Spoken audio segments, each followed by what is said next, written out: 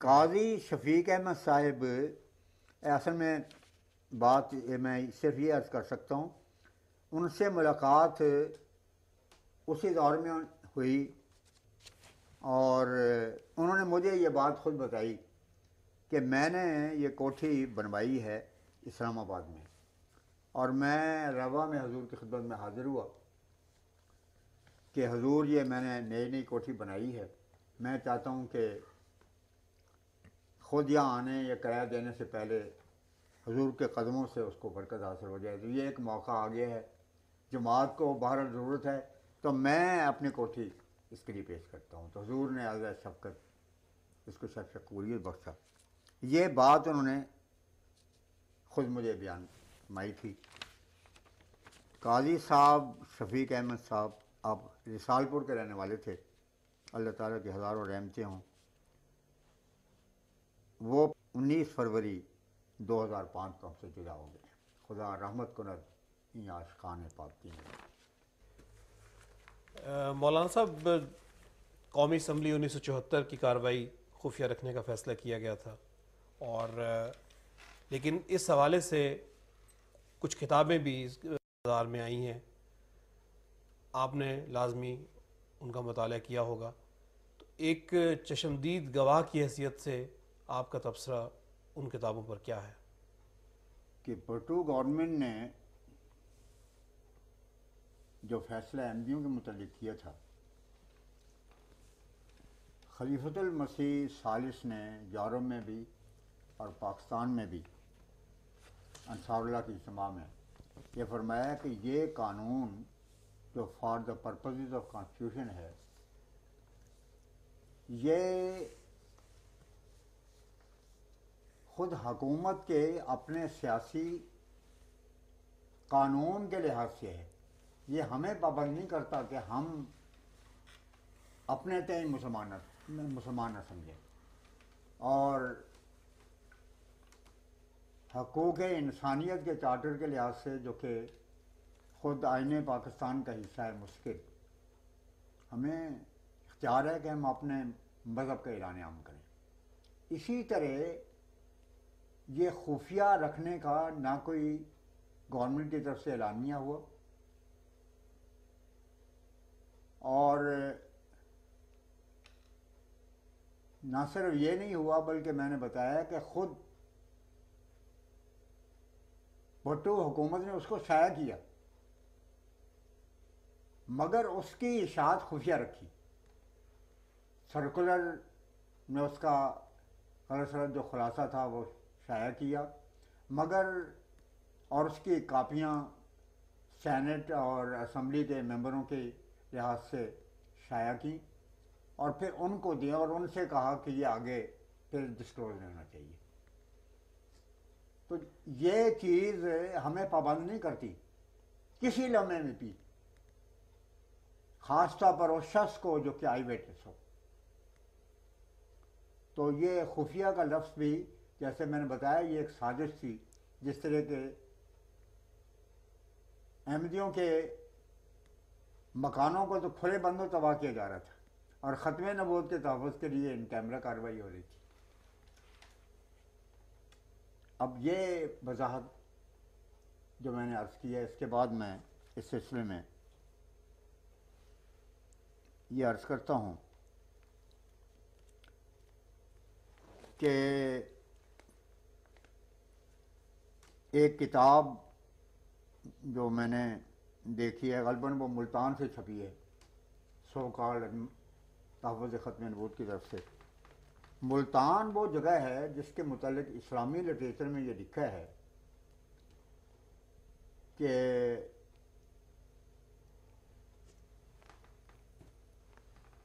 فرشتوں کے متعلق بھی کہ فلاں فرشتہ فلاں جزیرے میں ہے، اور خضر کس جگہ پر ہیں۔ یہ کچھ 200-300 سال پہلے کے بزرگ ہیں کوئی، جن کے جب منسوخ کر کے کہا گیا ہے۔ وہ کہتے ہیں کہ شیطان کا مرکز ملتان ہے۔ تو یہ کتاب ملتان ہی سے شائع ہوئی ہے۔ مجھے اس سلسلے میں یہ بھی ایک یاد آیا حضرت مجدد الفسانی رحمۃ اللہ علیہ بہت بلند پایا بزرگ تھے. 10 کروڑ دیوبندی ملا بھی ان کی ڈیوٹیوں پر قربان کر دیے گئے تو ان کے لیے باعث سعادت ہے. وہ اپنے مکتوب میں یہ تحریر کرتے ہیں کہ ایک صاحب نظر نے دریا کے کنارے شیطان کو دیکھا. اس سے پوچھا کہ تم کون ہو؟ کہا میں شیطان ہوں. کہنے کہ تمہیں تو قیامت تک کے لیے خدا نے ورگلانے اور گمراہ کرنے اور برائیاں پھیلانے کے لیے حکم دیا ہے. تم آرام کے ساتھ فرل و چھٹی منا رہے ہو یہاں پر. اپنے کام کو اس سے کام کرو. یعنی کہ نہیں، بات یہ ہے کہ میں اب بوڑھا ہو گیا ہوں، میں نے اپنا سارا کام جو ہے وہ تکفیر کر ملاؤں کے سپرد کر دی ہے. اب میں یہ عرض کرنا چاہتا ہوں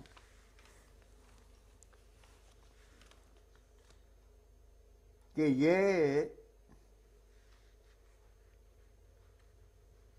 جو نام نہاد کارروائی ہے دراصل وہ ختم نبوت کے نام پر ایک نہایت شرمناک اور اخلاق سوز ڈرامہ ہے دراصل، جس میں بھٹو سرکار کے شائع کردہ سرکولر کو پیش نظر رکھ کر اسمبلی کی کارروائیوں کی رپورٹنگ اپنے باطل نظریات کے مطابق ڈھالنے کی ناکام کوشش کی گئی ہے. اور انتہائی افسوسناک بات یہ ہے کہ یہ اخلاق سوز ڈرامہ اور اسلام اور ختم نبوت کے نام پر کھیلا گیا ہے.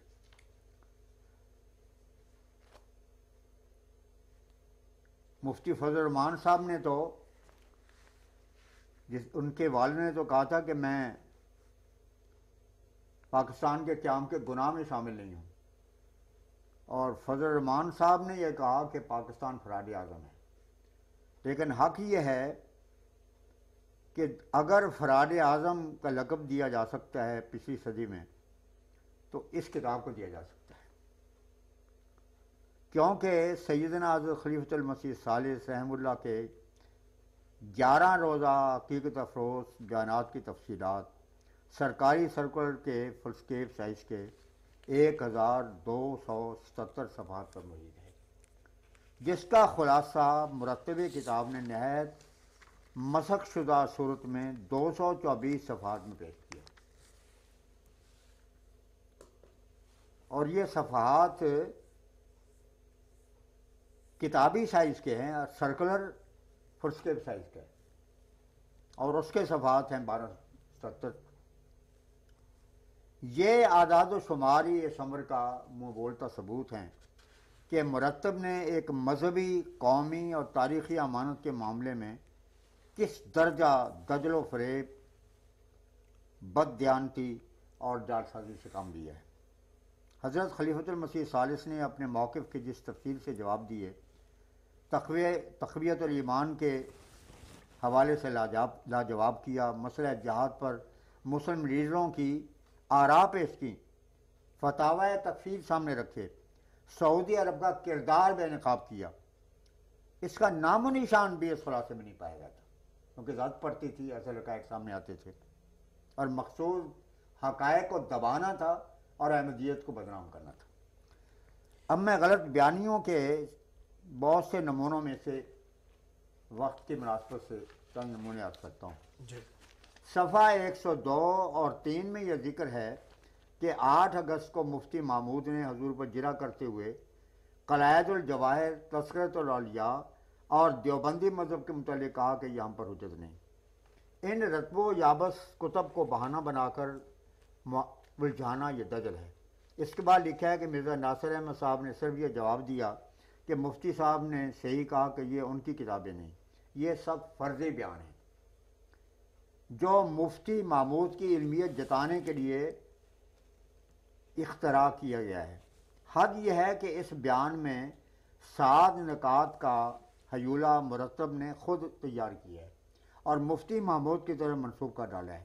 نیز اس میں زور پیدا کرنے کے لیے یہ فرضی بیان درج ذیل الفاظ میں ختم کیا ہے کہ میں پھر چیلنج کرتا ہوں کہ میرے ساتھ نکات میں سے کسی ایک کا مرزا ناصر کے پاس ہمت ہے، جواب ہے تو لائے۔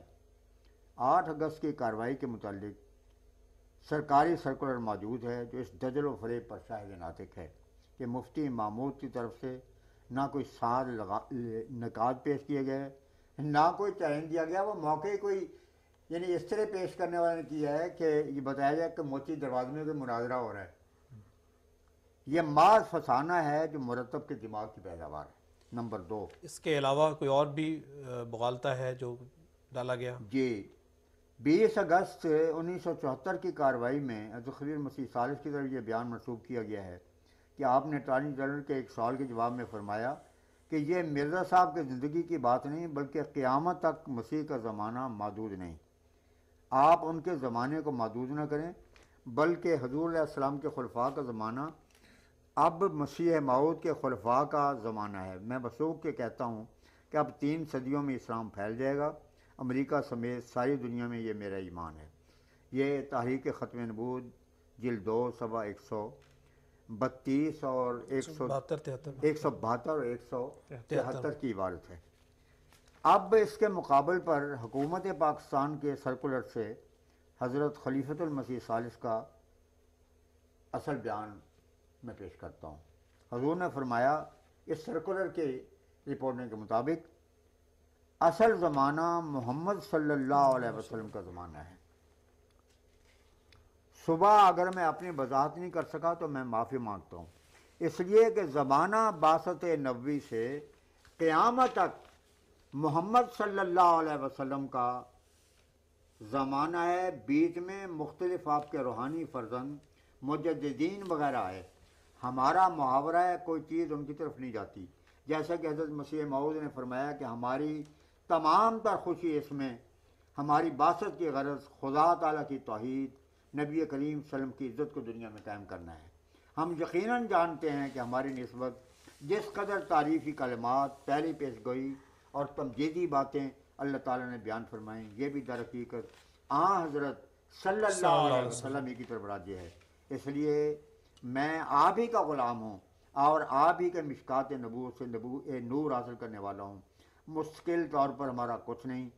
اس لیے وہی زمانہ چل رہا ہے، یعنی محمد مصطفیٰ صلی اللہ علیہ وسلم کا زمانہ۔ غلبہ دین کے متعلق، مہدی اور مسیح موعود کے وقت کے متعلق یہ سارے پہلوؤں نے لکھا، تفسیر میں بھی ہے اور دوسرے ہماری جو مذہبی کتابیں ہیں ان میں بھی ہے۔ سرکولر صفحہ 84 و 85۔ اس کے بعد حضور نے مستند تفاسیر کے حوالے پیش کیا۔ ذریۃ البقایا کے حوالے سے جو اعتراض ہوتا ہے اس پر بھی ہاں، یہ جزاک اللہ اس پہلو کو بھی اجاگر کرنے کی ضرورت تھی۔ اس کتاب میں جلد کے صفحہ 114 پر ذریۃ البقایا کی بحث کے متعلق لکھا ہے کہ حضرت خلیل مسیح ثالث نے ایوان میں اتنا ہی جواب دیا کہ ذریۃ البقایا کے معنی کنجریوں کی اولاد نہیں، اور پھر کہا کہ خیر آگے چلیں۔ حالانکہ حضور نے ایوان میں ایسا مدلل اور مسکت جواب دیا کہ گویا دن چڑھا دیا۔ اب میں اس کے ثبوت میں گورنمنٹ کے شائع کردہ سرکولر کا حوالہ پیش کرتا ہوں۔ لکھا ہے اس مضمون کو دوسری جگہ آپ نے یعنی مسیح موعود نے اس طرح بیان کیا ہے کہ مجھے اللہ تعالیٰ نے دین اسلام کو دنیا میں غالب کرنے کے لیے بھیجا ہے، اور مجھے بشارت دی گئی ہے کہ تمام نوع انسانی اسلام کو قبول کر لے گی اور صرف وہی باقی رہ جائیں گے جن کی حالت چوڑوں اور چماروں کی طرح ہوگی۔ اور بھی بعض جگہ آیا ہے۔ تو ایک مؤلف کے حوالے کو سمجھنے کے لیے ضروری ہے کہ اس قسم کے جو مضمون اس نے بیان کیے ہیں ان سب کو اپنے سامنے رکھا جائے۔ یہ عربی کا صیغہ ہے، یہ حال اور مستقبل دونوں کے لیے مستعمل ہوتا ہے، حال اور مستقبل ہر دو کے لیے۔ دوسرا حوالہ یہ بتا رہا ہے کہ یہاں مستقبل کے لیے، حال کے لیے نہیں۔ جب یہ لکھا گیا تھا تو اس کے بعد لاکھوں آدمیوں نے اسلام کو قبول کیا۔ ہماری تبلیغ اس وقت ہو رہی ہے، افریقہ میں، یورپ میں، امریکہ میں لاکھوں نے اسلام کو قبول کیا، بت پرستوں نے اپنے بت توڑ ڈالے. ہمیں تصویریں آتی رہتی ہیں وقفے وقفے کے بعد ان لوگوں کی جو بت جلاتے ہیں. یہاں یہ مضمون بیان ہوا ہے کہ اللہ تعالیٰ نے اس آخری زمانے میں یہ مقدر رکھا ہے کہ تمام نوع انسانی اسلام کو قبول کر لے گا.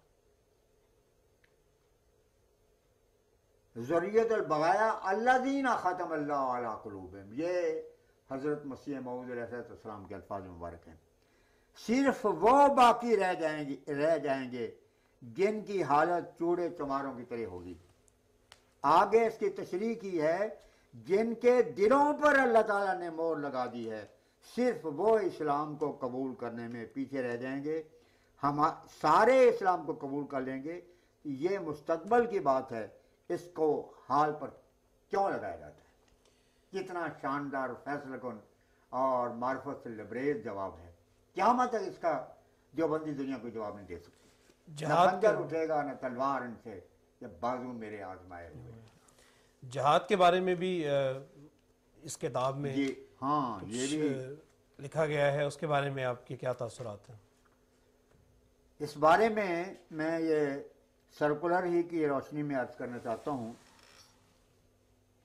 22 اگست 1974 کو حضرت خلیفۃ المسیح ثالث نے جہاد، اس کی شرائط اور دیگر بعض اہم مسائل پر مارکہ آراء بحث فرمائی، جو حکومت کے جاری کردہ سرکولر میں فلسکیپ سائز کے 104 صفات پر مشتمل ہے.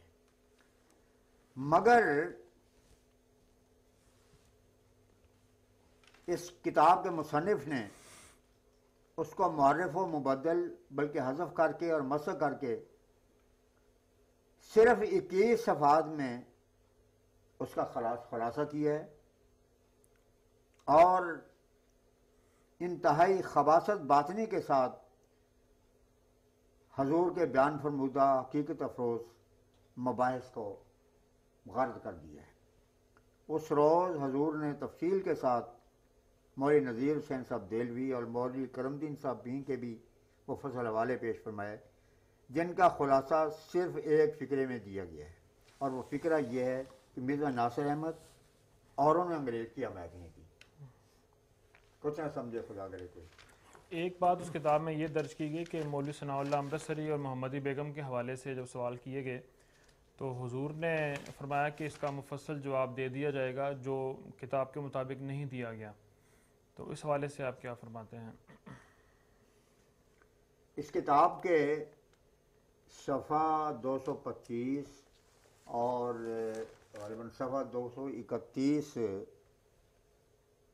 میں یہ تاثر دیا گیا ہے کہ حضور نے مولوی ثناء اللہ صاحب اور محمدی بیگم سے متعلق پیشگوئیوں کی وضاحت آئندہ کرنے کا وعدہ کیا جو ایفا نہیں ہوا. یعنی تاثر یہ دیا گیا ہے، حالانکہ حضور کی طرف سے ان پیشگوئیوں کے متعلق جیسے کہ میں بھی عرض کر چکا ہوں مفصل نوٹ اسمبلی میں چند دنوں کے اندر دے دیے گئے تھے، اور وہ نوٹ ان کا مکمل اس کا جو عکس ہے وہ میرے پاس موجود ہے.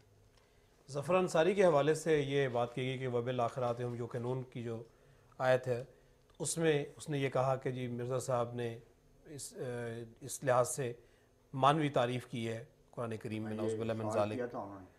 تو اس حوالے سے بھی کچھ مغالطہ دینے کی کوشش کی گئی ہے اس کتاب میں. یہ صحیح فرمایا آپ نے.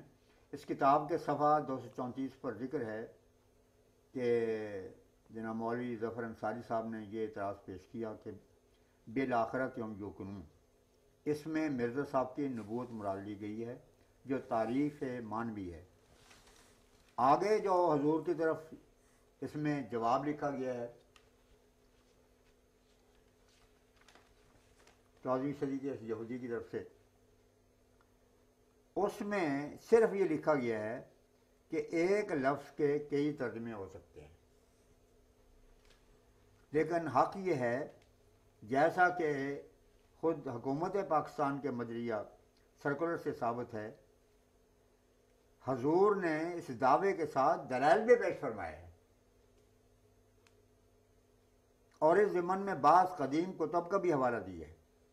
صفحہ 236 پر ظفر انصاری کا یہ سوال درج ہے کہ حضرت مرزا صاحب کو ان آیات قرآنی میں الہام ہوا جو آسم سے مخصوص ہیں، جیسے کہ سرکاری ریکارڈ یعنی سرکولر کے صفحہ 114 اور 115 کے مطالعے سے واضح ہے۔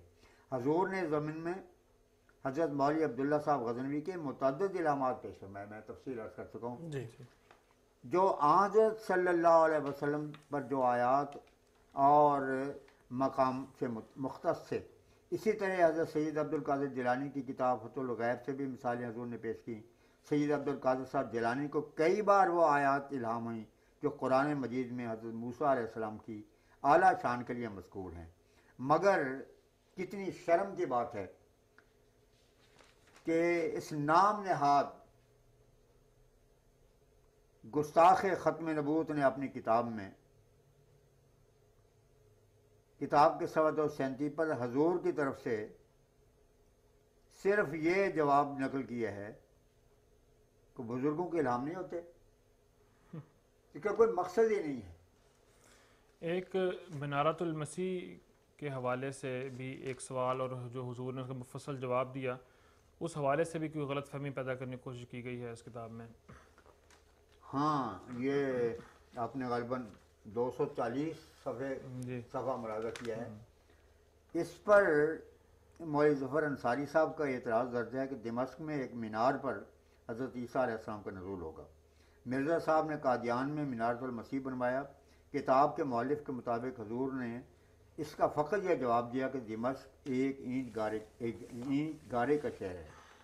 اب حکومت پاکستان کے سرکولر سے حضور کا اصل جواب ملائے گا، یعنی اب یہ سرکولر کا جواب ہے انورٹڈ کاماز میں۔ جی دمشق ایک اینٹ گارے کا بنا ہوا شہر بھی ہے، اور دمشق کے ساتھ کچھ مذہبی ایسوسیشنز بھی موجود ہیں۔ جو حدیث میں آیا ہے کہ دمشق کے قریب اترے گا آنے والا مسیح، بانی سلسلہ احمدیہ نے ہمیں یہ نہیں کہا، بانی یہ حضرت کے الفاظ ہیں، بانی سلسلہ احمدیہ نے ہمیں یہ کہا کہ یہ مطلب نہیں کہ وہ دمشق جو اینٹ گارے کا بنا ہوا ہے، بلکہ جو ایسوسیشنز امت مسلمہ کے دماغ میں دمشق کے ساتھ وابستہ ہیں وہ مراد ہے، اور وہ اس کے سمبل کے طور پر وہ مینار ہے۔ مینار کی کوئی حرمت نہیں، لیکن ایک علامت ہے اور ایک سمبل کے طور پر اس کو کھڑا کیا گیا۔ کتنا شاندار، دل نواز اور محققانہ جواب ہے، مگر ان ظالموں نے سب کو ردی کی ٹوکری میں ڈال دیا اور ڈھنڈورا یہ پیٹا کہ ہم کامیاب ہو گئے۔ کامیاب ضرور ہوئے مگر جھوٹ میں، دجل میں، فریب میں، تحریف میں۔ کامیابی اگر اس چیز کا نام ہے تو کوئی نہیں جو ان کی کامیابی کا انکار کر سکے، مگر صاف ظاہر ہے کہ اگر حقیقتاً کامیابی ہوئی ہے تو مسیح موعود اور خلیفۃ المسیح حضرت خضر مسیح صالح علیہ مجید کی کامیابی، کیونکہ جب کوئی شخص جھوٹ بولنے پر مجبور ہو جائے وہ اعلان کرتا ہے کہ اس صداقت کا جواب میرے پاس کوئی موجود ہی نہیں۔ الغرض کہاں تک بتایا جائے، اس کی تیسری جلد میں عالمگیر جماعت احمدیہ کے روحانی پیشوا حضرت خلیفۃ المسیح ثالث کے متعلق کے مفصل مدلل اور حقیقت افروز بیان کو نہایت بے دردی سے اور اس کی تفصیل اور اصل سیاق و سباق سے قضا کر کے اپنے ڈھب میں ڈالنے اور اس کا حلیہ بگاڑنے میں کوئی بھی دقیقہ فروزاشت نہیں کیا۔ مستشرقین یورپ نے عہد مسلمہ میں بالخصوص حضرت صلی اللہ علیہ وسلم کے ذکر میں اسی نوعیت کے دجل و تلبیس کے بڑے بڑے شرمناک مظاہرے کیے ہیں، مگر بلا شبہ اس کتاب نے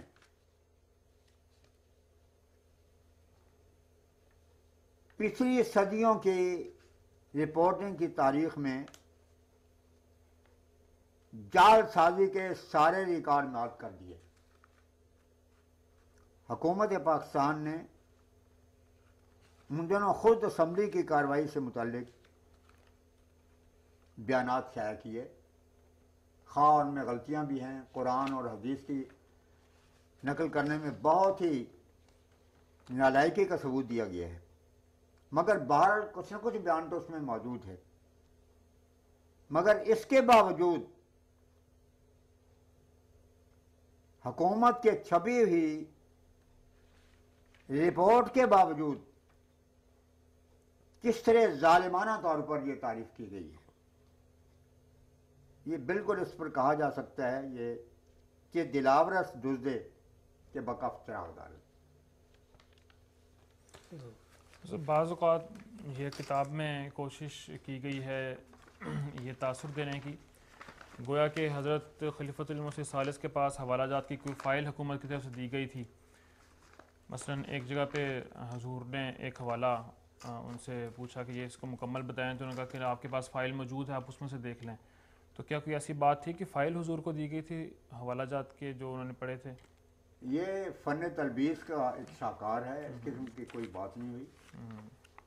فائلیں جو دی گئی ان کا جو حشر ہوا وہ تو میں پہلے بتا چکا ہوں، اور فائل کا تو حوالہ دے بھی نہیں سکتے تھے، اگر دینا چاہتے تو پھر پہلے دن دے دیتے کہ فائلیں تو میں آپ کو دے چکا ہوں، ان سوالوں کی کیا ضرورت ہے۔ تو یہ خالص گپ ہے جس میں سچائی کا کروڑواں حصہ بھی نہیں ہے۔ اس سلسلے میں دو ایک باتیں اگر آپ اجازت دیں۔ بات یہ ہے کہ یہ کتاب احمدیت کی صداقت کا ایک کھلا اور چمکتا ہوا نشان ہے، اس لحاظ سے بھی کہ اس کتاب میں جا بجا جھوٹ بول کے عملاً اس بات کا اعتراف کیا گیا ہے کہ احمدیت مجسم صداقت ہے، کیونکہ جھوٹ بولنے کی نوبت تو تبھی آتی ہے جب صداقت کا کوئی جواب نہ ہو، بطور قانون بھی اسے بنائے جاتے ہیں۔ مجھے یاد ہے یہ 1978 کی بات ہے کہ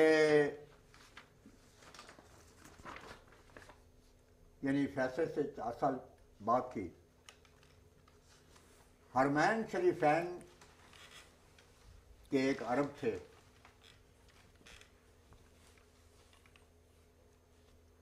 اب بھی ان کے دوستوں سے میرا رابطہ ہے، نام بتانے کی ضرورت نہیں۔ وہ روا تشریف لائے تو اپنے ایک احمدی دوست کے ساتھ شعبہ تاریخ میں بھی ہے، آتے ہی کننجا شیخ نہ رجل معمول الاوقات وقد زرت فی هذا الوقت ولكن ليس عندي وقت ذاهب بالطیارہ فعليك ان تخبرني عن هذا الامر ماذا وقع في البرلمان خلاف الجماعت الاحمدیت وما هي الالفاظ وما المتن في هذا، یعنی کہ میرے پاس وقت نہیں ہے، میں فوری طور پر جانا چاہتا ہوں، صرف یہ پوچھنے کے لیے آیا ہوں کہ پارلیمنٹ نے آپ کے متعلق قرارداد کیا پاس کی تھی۔ میں نے ان کے سامنے شیخ الاسلام مجدد القرن الثانی عشر 12ویں صدی ہجری کے مجدد، سعودی عرب کے رہنے والے بھی ان کو مجدد سمجھتے ہیں، جماعت احمدیہ بھی ان کو مجدد قرار دیتی ہے، اور جماعت احمدیہ کو یہ فخر حاصل ہے کہ مسیح موعود کے بعثت سے پہلے جتنے بھی بزرگ تھے ہر کسی فرقے میں تھے وہ ہمارے بزرگ تھے۔ یہ احمدیت کی عجیب شان ہے، اور یہ بنیادی ایک کلیگ ہے جس کے نتیجے میں اللہ تعالیٰ کے فضل سے دنیا اسلام خلیفہ وقت کے قوت کشی کے نتیجے میں ایک پلیٹ فارم پر جمع ہونے والا ہے۔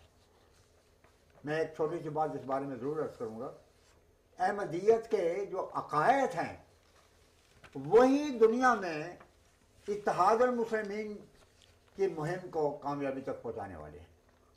تاریخ احمدیت کا چوتھا حصہ میں لکھ رہا تھا، تو بیرا جاتے ہوئے میں ملک وال سے بذریعہ ٹرین جب جا رہا تھا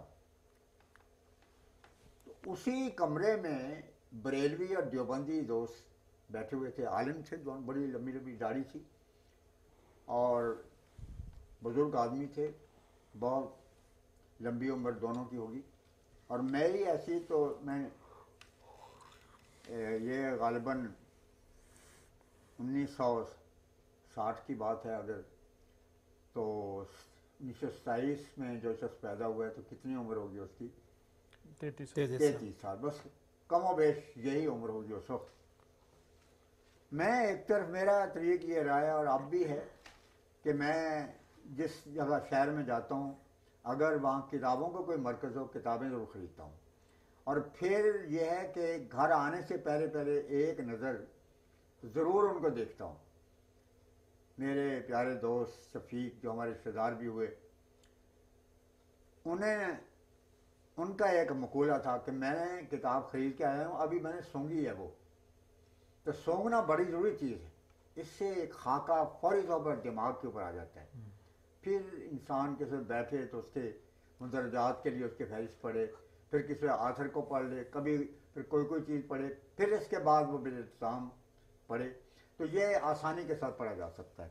تو میں ایک کتاب پڑھ رہا تھا اس وقت، لیکن یہ علماء دونوں بریلوی اور دیوبندی مناظرانہ گفتگو کر رہے تھے، آوازیں آتی تھی میرے کان میں، لیکن مجھے اپنے کام سے غرض تھی۔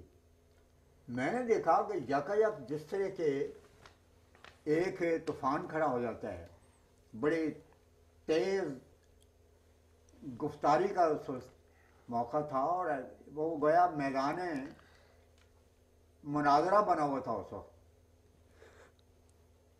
دونوں پہلوان اکھاڑے میں جس طرح کے اترتے ہیں اور پھر بڑا شور و فغاں بلند ہوتا ہے،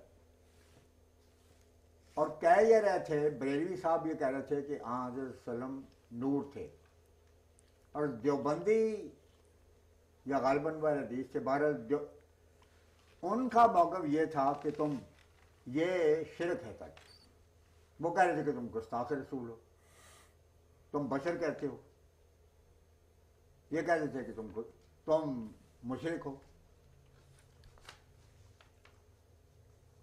اب جس وقت کلائمیکس پہ یہ معرکہ پہنچا جناب، اور ان دنوں قتل و غارت بھی ہو چکی تھی، غالباً من گبنی میں بھی اسی وجہ سے مسجد میں ایک شخص کو قتل کر دیا گیا تھا، تو برننگ ٹاپک تھا انجام میں، اور بریلوی اخبار اور سورس کا اخبار یہ دونوں آپس میں اس وقت ایک دوسرے کے مقابلے میں آ رہے تھے۔ وہ اخبار اس زمانے کے بھی میرے پاس محفوظ ہے، طوفان اخبار تھا، سورس کا بھی اور دوسرے، اور بہرحال اس میں گالیاں بھی تھیں، اس میں شعروں میں گالیاں، نثر میں گالیاں، دونوں ایک دوسرے کو ایجنٹ کہتے تھے، دونوں گستاخ رسول قرار دیتے تھے۔ ایک نوجوان درمیان میں بیٹھا ہوا تھا، اس نے نہایت ہی بصیرت سے اور ذہانت سے کام لیتے ہوئے دونوں علماء سے کہا کہ ایک مولانا صاحب یہ بھی بیٹھے ہوئے ہیں، ان سے پوچھیں ان کا نظریہ کیا ہے۔ اب اس موقع پر اس کا یہ کہنا ایسا مفید ثابت ہوا کہ لوگ جو بیٹھے ہوئے تنگ آ گئے تھے کہ مصیبت سے بٹ کے ڈر رہے تھے کہ شاید یہاں قتل و غارت نہ شروع ہو جائے، اس نے سبھی نے تائید کی کہ ہاں یہ ٹھیک ہے، پھیرا بھی آنے والا تھا، تو وہ خطرہ اس طرح ٹل گیا۔ تو سبھی نے کہا ہاں مولوی صاحب آپ بتائیں۔ اور میرے لیے یہ اپنی زندگی میں پہلا موقع تھا سوچنے کا کہ یہ سوچا جائے، لیکن مسیح پاک علیہ السلام کا الہام ہے، انی معین من اراد اعانت، جو اعانت کا ارادہ بھی کرے گا مسیح موت کا خدا اس کی تائید کرے گا۔ بس بجلی کی طرح میرے دل میں خیال آیا، خیال آتے ہی ان کی طرف سے پہلا سوال یہ ہوا کہ مولانا آپ کا نظریہ کیا ہے کہ آن حضرت نور تھے یا بشر تھے؟ تو میں نے یہ جواب دیا کہ آن حضرت صلی اللہ علیہ وسلم نوری بشر تھے۔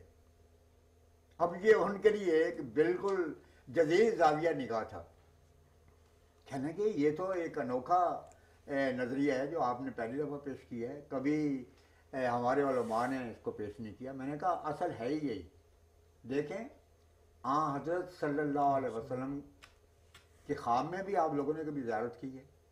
کبھی نہیں کی، تو بیداری میں تو سوال ہی پیدا نہیں ہوتا۔ آن حضرت صلی اللہ علیہ وسلم کی حقیقت اور شخصیت خدا سے بڑھ کر کون جانتا ہے؟ جو خالق ہے اسی نے محمد عربی صلی اللہ علیہ وسلم کو شہنشاہ نبوت کی خلعت عطا فرمائی، ختم نبوت کا تاج بخشا ہے، شاہد اولاد کے منصب پر فائز فرمایا ہے۔ قرآن میں دونوں لفظ موجود ہیں، بشر کا بھی ہے، قل انما بشر مثلکم، اور نور کا لفظ بھی آتا ہے۔ تو معاذ نور کہنا بھی غلط ہے، معاذ بشر کہنا بھی غلط ہے۔ قرآن کے روح سے محمد عربی صلی اللہ علیہ وسلم نوری بشر تھے۔ اور اس کے بعد پھر میں نے جو جواب دیا، میں سمجھتا ہوں وہ خدا ہی نہیں سمجھایا جس طرح ہر احمدی کو اللہ تعالیٰ دعوت اللہ کے اور سمجھاتا ہے۔ میں نے کہا دیکھیں، میں بریلوی بزرگ سے کہتا ہوں، کیونکہ عمر میں مجھ سے بڑے ہیں، تجربہ بھی ان کو ہے اور عالم دین ہے اپنے فرقے کے، اور ہمارا فرض ہے کہ ہم ہر فرقے کے علماء دین کے اعزاز اور اکرام اور احترام کریں، یہ شاہد اولاد کا ارشاد ہے۔ میں ان سے کہتا ہوں کہ آپ نور ہونے پر جو اصرار فرما رہے ہیں، کبھی آپ یہ غور فرمائیں کہ شب معراج میں آپ کے ساتھ حضرت جبریل تھے، ان کو آپ کیا سمجھتے ہیں؟ وہ نور تھے یا بشر تھے؟ کہیں گے وہ تو نور تھے۔ میں نے کہا ایک موقع ایسا آ گیا کہ جب جبریل نے کہا کہ یا رسول اللہ آپ جا سکتے ہیں، میں نہیں جا سکتا، کہیں جہاں آ گیا تھا۔ میں نے کہا اگر محمد عربی صلی اللہ علیہ وسلم کو صرف نور کہا جائے تو پھر ان کا مقام تو حضرت جبریل سے حضرت جبریل علیہ السلام جتنا رہ جاتا ہے، حالانکہ جبریل پیچھے رہ گئے۔ جبریل بھی نور تھے، محمد مصطفیٰ بھی نور تھا، مگر نور محمد ہی آگے چلا گیا۔ تو اگر آپ صرف نور کا لفظ استعمال کریں گے تو نور تو جبریل امین بھی تھے، تو آپ کی شان کو آپ نے گرایا ہے، اس حقیقت کو بیان نہیں کیا۔ اور دیوبندی حضرات سے کہا کہ آپ بشر پر زور دے رہے ہیں، اب مجھے یہ بتائیں غیر مسلم بھی تو بشر ہیں کہ نہیں؟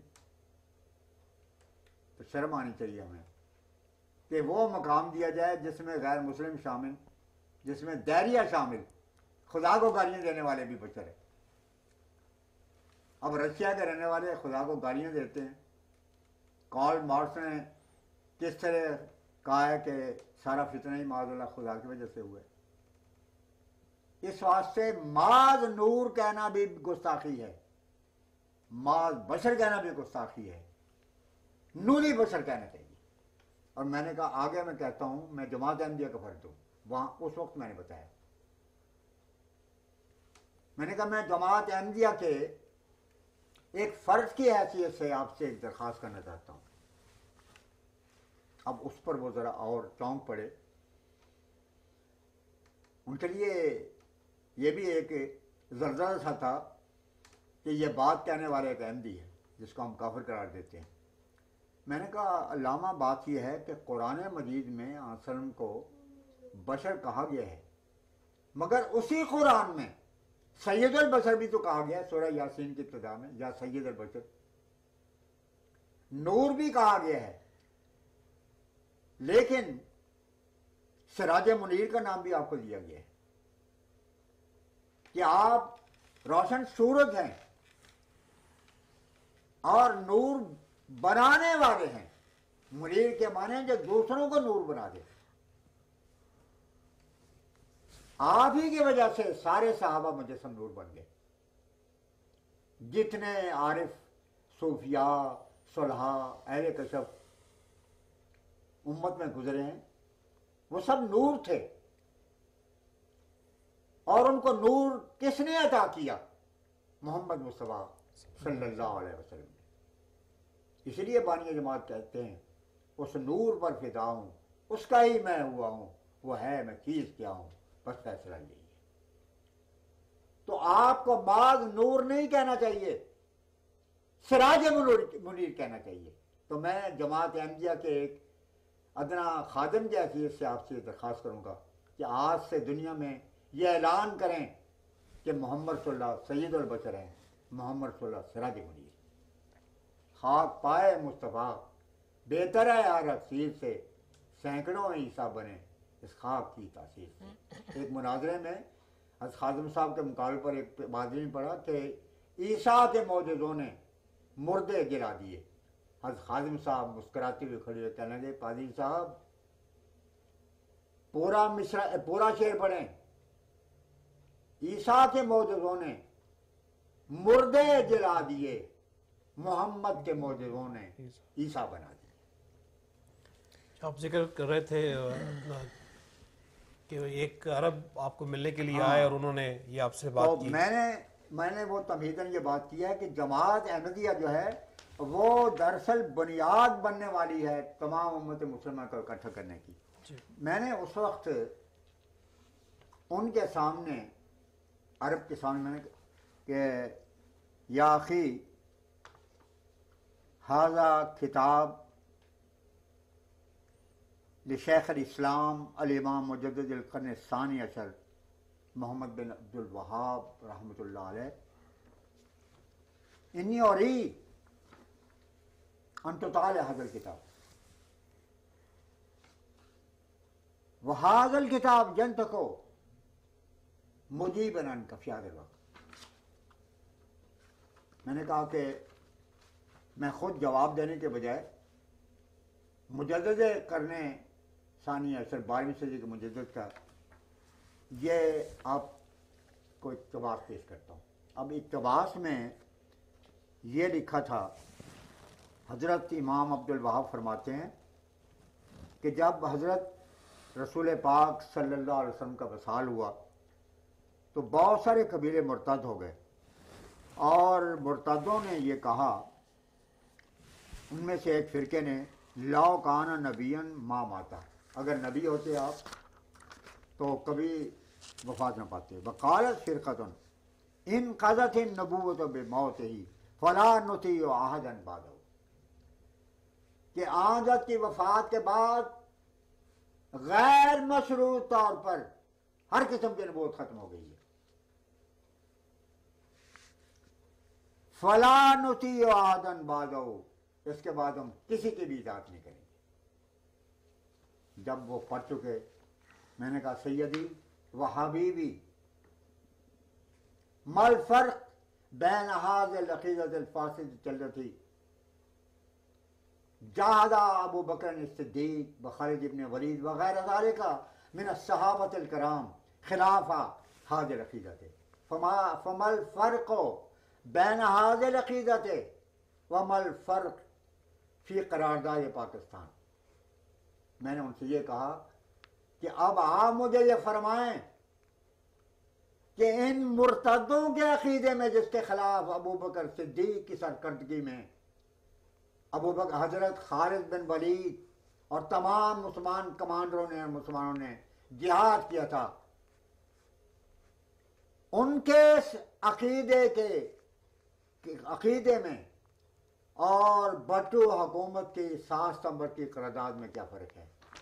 اس پر وہ رو کے کہنے لگا مل انما الفرق ھذا بین ھذا العقیدہ فی اللسان العربی و قرارداد فی اللسان الاردی والانگریزی. فرق ایک ہی ہے، عقیدہ وہی ہے جو ان مرتدوں کا تھا، فرق اتنا ہے کہ وہ عربی زبان میں انہوں نے اپنا عقیدہ بیان کیا اور بٹو حکومت اور مولویوں نے اس کو اردو یا عربی میں ڈال دیا. یہ کیفیت ہے. اب اسی سلسلے میں آخری دوسری بات یہ کہتا ہوں کہ میں نے کہا نا کہ یہ احمدیت کی سچائی کی دلیل ہے. یہ میرے پاس ایک بہت بڑے دیوبندی عالم جن کو قطب عالم حضرت مولانا شاہ حاجی امداد اللہ مہاجر مکی کے نام سے یاد کیا جاتا ہے. اکثر جو چوٹی کے علماء ان میں حضرت مولانا قاسم اور شاہ حاجی امداد اللہ صاحب یہ سیر فہرست ہیں. یہ ان کا ایک مکتوب ہے اور جو بعد میں شمائم امدادیہ کے یعنی مضمون ہے، مضمون کہنا چاہیے، بعد میں ان کے دوسرے بعض ملفوظات اور تصوف سے متعلق مضامین کا مجموعہ شمائم امدادیہ کے نام سے شائع کیا گیا. اس میں وہ فرماتے ہیں، یہ انہوں نے مضامین غالباً مکے میں لکھے ہیں. فرماتے ہیں کہ ظہور امام مہدی آخر الزمان کے ہم سب لوگ شائق ہیں. یہ ہم حضرت مسیح موعود علیہ السلام سے، اور یہ تاریخ بالکل مسیح موعود کے دعویٰ کی ابتدائی ایام کی ہے یا چند دن اس سے پہلے ہو، کیونکہ معین اس میں تاریخ نہیں، ایام وہی تھے. فرماتے ہیں کہ ظہور امام مہدی آخر الزمان کے ہم سب لوگ شائق ہیں، مگر وہ زمانہ امتحان کا ہے. اول ان کی بیعت اہل باطن اور ابدال شام بقدر 313 اشخاص کے کریں گے، اور اکثر لوگ جو ہیں وہ منکر ہو جائیں گے. اللہ سے ہر وقت یہ دعا مانگنا چاہیے کہ ربنا لا تزغ قلوبنا بعد اذ ہدایتنا وہب لنا من لدنک رحمہ انک انت الوہاب. یہ بھی دعا ہے جو ہمارے آقا حضرت خلیفۃ المسیح خامس نے جشن جوبلی کی دعائیہ پروگرام میں شامل فرمائی ہے اور پھر اس کے کثرت سے پڑھنے کا ارشاد فرمایا ہے. کہتے ہیں مولانا امداد اللہ صاحب مکی کہ مسیح موعود جب آئے گا تو ساری دنیا میں صرف 313 آدمی مانیں گے. چنانچہ امت مسلمہ کی تاریخ میں اگرچہ بہت سے مدعیان ماضی گزرے، جس طرح چاند سورج کا گرہن مسیح موعود کے ذریعے سے ظاہر ہوا، یہ 313 کی فہرست سوائے مسیح موعود کے کسی نے شاید. تو یہ ایک زبردست نشان ہے مسیح موعود کی صداقت کا. اسی سلسلے میں ضمناً یہ حوالہ بیان کر کے میں اس سوال کو یہ جواب کو ختم کروں گا. بالکل اسی طرح اہل بیت کی طرف سے بھی پیش گوئیاں صدیوں سے چلی آ رہی ہیں اور شیعہ کتب میں موجود ہیں، اور انہی کی روشنی میں پچھلی صدی میں ایک شیعہ عالم مولانا سید محمد سبطین سرسوی نے ایک کتاب لکھی ہے الصراط السوی فی احوال المہدی. یہ امامیہ کتب خانہ لاہور نے شائع کی. یہ موتی دروازہ کے اندر ایک کتب خانہ ہے. میں اور مولانا ریاض محمود صاحب یہ کتاب لینے کے لیے ان کے پاس گئے ہیں.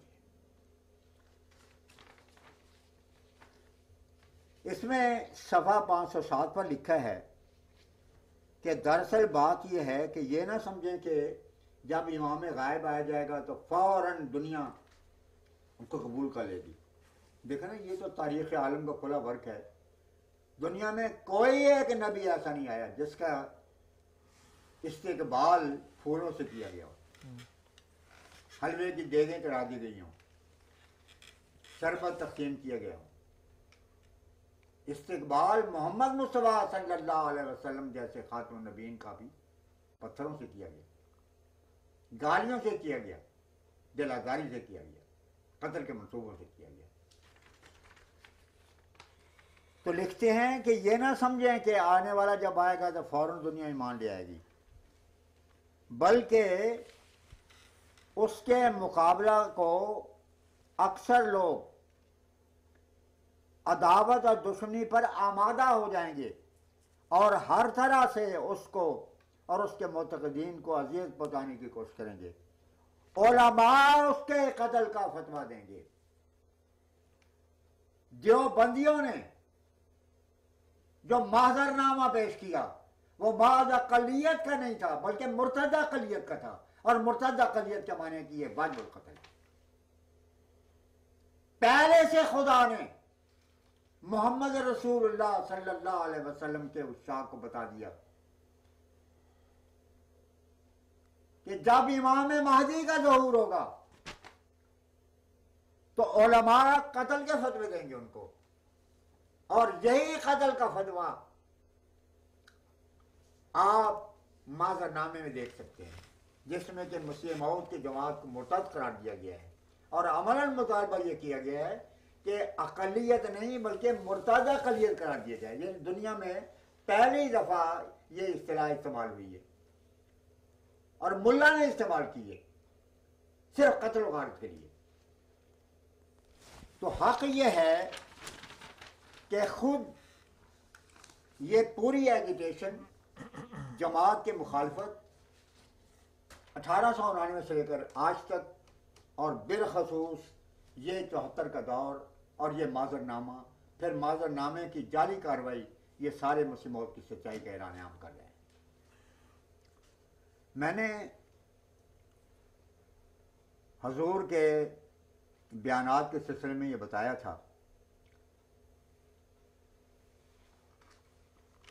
کہ پہلے دن ہی حضور نے فرمایا، جب یہ اٹارنی جنرل صاحب کی طرف سے سوال ہوا کہ آپ کا رد عمل کیا ہے، تو حضور نے یہی جواب دیا تھا کہ یہ فیصلہ اگر ہوا تو ہمارے خلاف نہیں، محمد عربی صلی اللہ علیہ وسلم کے سپریم کورٹ کے خلاف فیصلہ ہوگا۔ اور اس کے بعد جیسے کہ حضرت خلیفۃ المسیح ثالث نے خود بیان فرمایا کہ میں نے 3 دفعہ دعائیں کی مگر الہام یہ ہوا کہ خدا اس پارٹی کو اور ان لوگوں کو تباہ برباد کرے گا، اور دعا کرنے کے باوجود بار بار خدا کی طرف سے یہ الہام ہوا۔ اس دوسری کتاب فرقہ واریت ملی خودکشی میں نہ صرف یہ کہ یہ ذکر ہے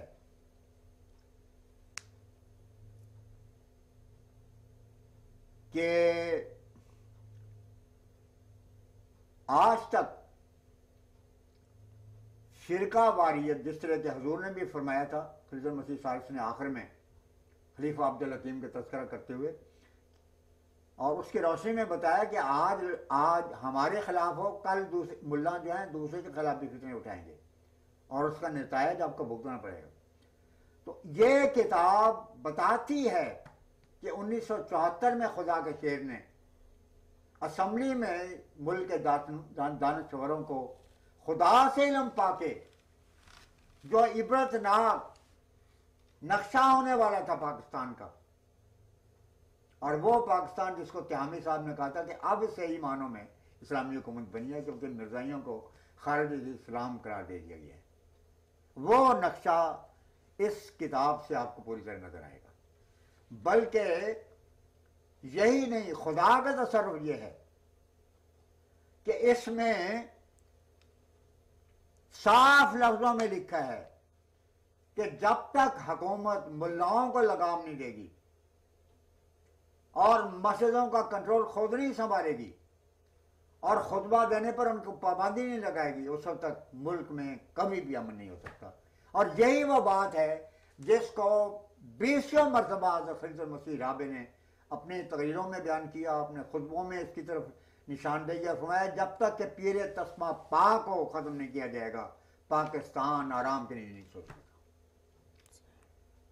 100% اس کی تائید اس میں ملتی ہے۔ اس پہلی کتاب میں یہ ہے کہ حضور نے اور خلیفۃ المسیح رابع نے آئین پاکستان کے متعلق جو کچھ کہا اور ان فیصلوں کے متعلق جو عدالتوں میں کیا گیا، اس کے بعد جو حشر ہوا اس آئین کا، وہ اس سے پتہ چلے گا۔ 74 کے متفقہ آئین کی خاطر بھٹو صاحب نے جماعت احمدیہ کو نشانہ بنایا اور فخر کیا کہ یہ متفقہ آئین میں نے دی ہے، 73 کا آئین۔ اور اس کے بعد انتخابی پوسٹر میں خاص طور پر ان کا تذکرہ کیا گیا کہ ملک میں پہلی دفعہ متفقہ آئین دیا گیا ہے جس پر کہ چاروں صوبے متفق ہیں۔ لیکن آپ دیکھیں کہ وہ متفقہ آئین اس کے بعد اس فیصلے سے پہلے صرف ایک ترمیم ہوئی تھی 23 اپریل 74 کو، اور وہ ترمیم مشرقی پاکستان کو پاکستان کے دور سے نکالنے اور بنگلہ دیش کے تسلیم کرنے کی تھی۔ لیکن اس دوسری ترمیم کے بعد